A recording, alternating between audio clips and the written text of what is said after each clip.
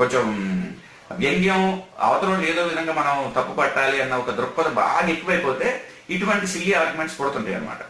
So ఈ రాసుల్లోకి చంద్రుడు ఒక చోట నుంచి ఒక చోటకి వెళ్తాం, లేకపోతే సూర్యుడు ఒక చోట నుంచి ఒక చోట వెళ్తాం అనేది కూడా అలాంటివి. మనం సూర్యుడిని ఏమంటాం అంటే, పొద్దున సూర్యుడు ఎక్కడ ఉదయిస్తాడు అంటే తూర్పును ఉదయిస్తాడు, మధ్యాహ్నానికి నడినెత్తికి వస్తాడు, సాయంత్రానికల్లా పశ్చిమాన్ని అస్తమిస్తాడు అంటున్నాం. మరి అది నిజమా? కాదు కదా. అసలు తూర్పు పడమర ఎట్లా కుదురు చెప్పండి? సూర్యుడు చుట్టూ మనం తిరుగుతాం. ఇక్కడ సూర్యుడు ఉన్నాడు అనుకోండి, ఇక్కడ ఉన్నప్పుడు ఇటువైపు తూర్పు అవుద్ది, ఇక్కడ ఉన్నప్పుడు ఇటువైపు తూర్పు అవుద్ది. అసలు తూర్పు అనేది ఒక స్పెసిఫిక్ డైరెక్షన్ ఉండగా ఇక్కడ ఉందో అనుకోండి భూమి, ఇటు తూర్పు అవుద్ది.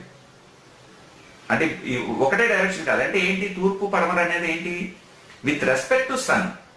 సూర్యుడి దృష్ట్యా అది తూర్పు, సూర్యుడి దృష్ట్యా అది పడమర, అట్లా తీసుకుంటాం. ఎందుకంటే మనం భూమి మీద ఉన్నాం కాబట్టి భూమిని కాన్స్టెంట్ తీసుకుంటాం. మరి భూమి కాన్స్టెంటా? కాదు. అసలు ఒకసారి మన సౌరమండలం ఒక విశ్వాన్ని తీసుకుంటే ఒక గ్రహం చుట్టూ ఉపగ్రహం తిరుగుతుంది. ఇలాంటి గ్రహాలు కొన్ని ఒక